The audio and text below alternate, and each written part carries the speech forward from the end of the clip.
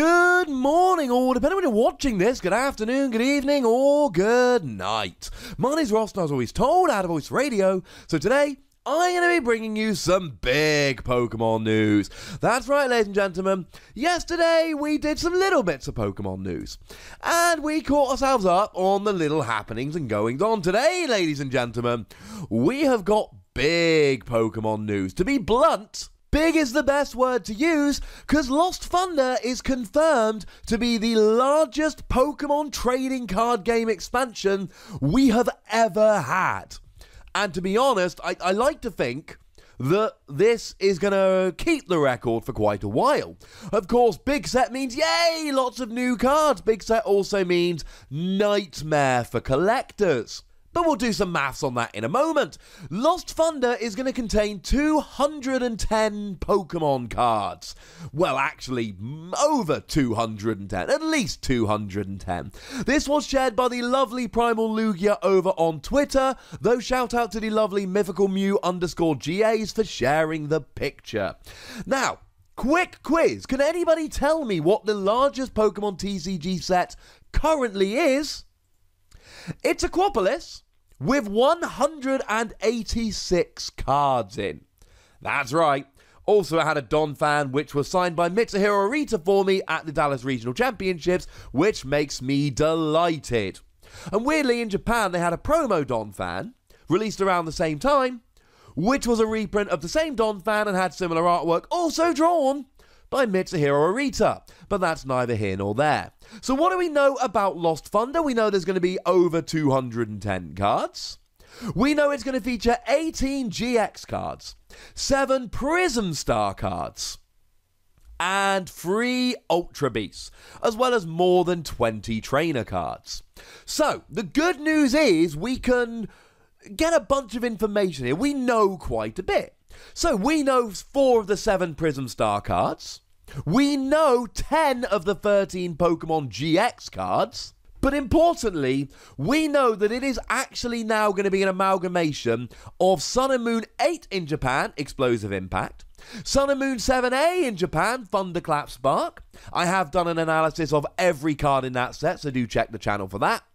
And Fairy Rise, Sun and Moon 7B over in Japan. And again, I have done an analysis of every card in that set as well, so do check the channel. Sun and Moon 8 Explosive Impact has not started leaking yet. Obviously, when it does, I will analyse every card from that set. And the maths here adds up quite nicely.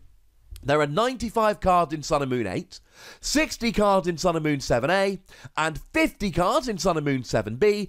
Added together makes 205 cards, meaning we just need an extra 5. That makes perfect sense. This doesn't include secret rares or anything like that. Okay, so that's quite nice. One of the things is, this means I was wrong. I said, and I felt good about this prediction, I still think this is the way it should have happened. In the same way that Dragon Majesty was released as a mini-set, to prevent Celestial Storm being really large as a set, I thought Fairy Rise would be released as a mini-set to stop Lost Thunder being super large as a set. Clearly, we've just gone for a super large set of Lost Thunder. So the good news is we can now say with quite a bit of certainty a bunch of the cards in the set. So in terms of the Prism Star cards, we know we're getting 7 Prism Star cards, including 3 stadiums. Well, we already know what 4 of those are going to be, and then obviously the other 3 will be coming in Explosive Impact. So in Thunderclap Spark, we got Ditto Prism Star, and we got Thunder Mountain Prism Star. I'm a big fan of both of these. Ditto Prism Star can evolve into any Stage 1. Thunder Mountain Prism Star reduces the attack cost of your Lightning Pokemon by 1 Lightning Energy. Obviously, I've done an analysis on all of these cards like I said, so I will put links to all of the ones I'm naming, the Prism Stars and GXs, in the description. So we know those 2 are coming because they were in Thunderclap Spark. And similarly, we know that both Xerneas Prism Star and Life Forest Prism Star are coming because they were in Fairy Rise. Now, Xerneas Prism Star I'm a fan of because the ability says when you move it from the bench to the active, you can move as much energy from your other Pokemon to it as you like. And Life Forest Prism Star is literally just Pokemon Center Lady. but as a stadium card, and only for a grass Pokemon, not any other kind of Pokemon. So that's pretty gosh darn cool. Now, that means that there are 3 Prism Stars coming in Sun and Moon 8, one of which will be another stadium. So really doubling down on the stadiums here, what I will say is it's almost certainly going to have that ruling saying it can't be affected by items or supporter cards, i.e. you can't get rid of it with a field blower. Obviously, the day it's released, hopefully within an hour or so, I will be getting a video up looking at this one. So 3 Prism Stars coming in Sun and Moon 8, we know 4 of the Prism Stars, and we know 2 of the 3 stadiums. And when it comes to GXs, there's going to be 13 GXs. Now, it says 13 Pokemon GX and 3 Ultra Beast. I'm assuming that means 3 non-GX Ultra Beast. 13 GX is still quite a few to include in a set. And we know what 10 of them are going to be. We've seen 8 of them. So, we know from Thunderclap Spark that we are getting Virizion GX. Now, to be honest with you, Virizion GX is a very meh kind of GX. It's not bad. It's just not a Pokemon that fills me with absolute joy. Does do 130 for 2 energy if you played a supporter card this turn.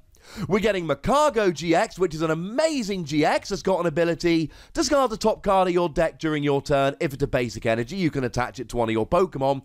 That's going to see a lot of play. And it combos really nicely with the other Magcargo, the one coming in Celestial Storm, that lets you search for any card and put it on top of your deck. You can make sure it's a basic energy. We know we're getting Zeraora GX, and I'm a big fan of. It gives free retreat to Pokemon with lightning energy attached, like Manaphy. It does 116 you can't attack next turn for free energy, like Buzzwole. And the GX attack lets you accelerate 5 basic energy from your discard to your Pokemon in any way you like Turtonator, except Turtonator is only for basic fire, whereas this is any basic energy. And we know that we're going to be getting Genesect GX, which is kind of fun because you can attach 2 Pokemon tools to it, and then do 190 for free energy. So that's pretty sweet. Then from Fairy Rise, we know that we're getting Sceptile GX. I'm a huge fan of Sceptile GX. It does 60 for 1 energy while discarding a special energy.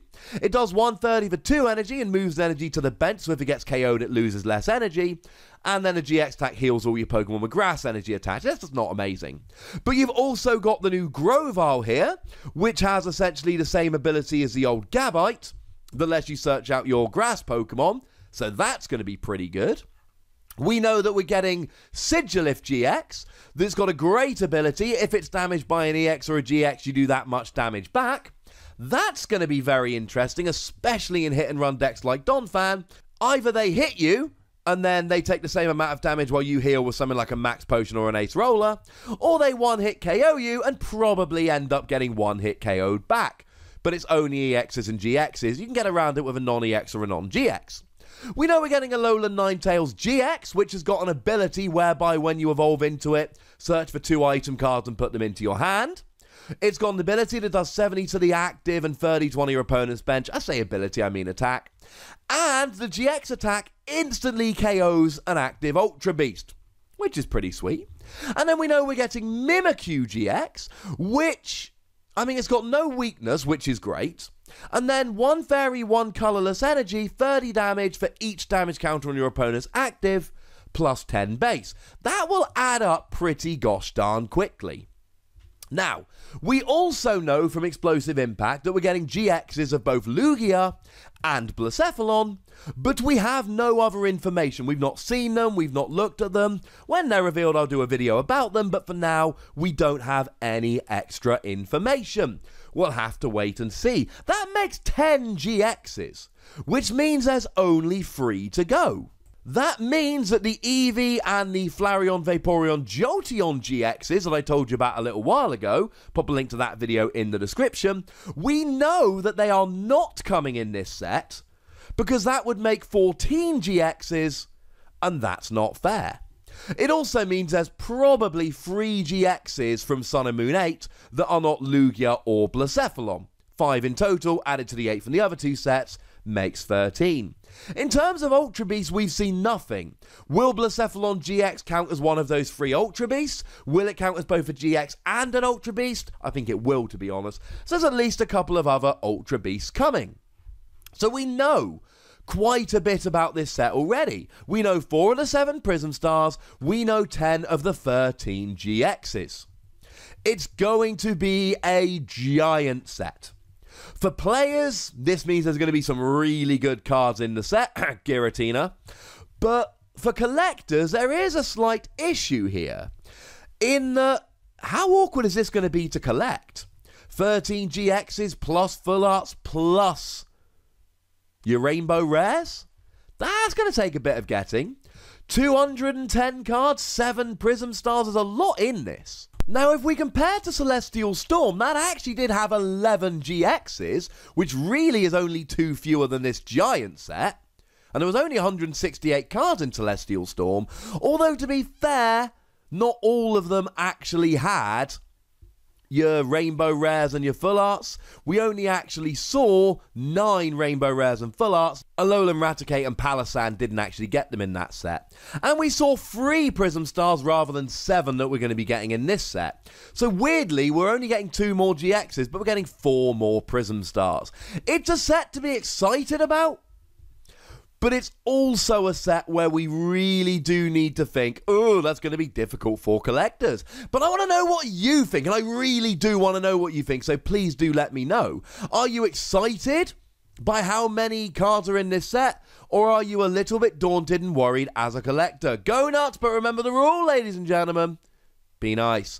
Make sure you like this video, subscribe to this channel, follow me on Twitter at TheWassy, and Twitch for some live action at twitch.tv/PTCG Radio. If you want to support the channel, get some bonus podcasts and all of that, head on over to patreon.com/PTCG Radio, where you can do exactly that. But by far the most important thing, as always, is to look after yourselves until next time. Thank you very much for watching. My name's Ross, and you've been watching PTCG Radio.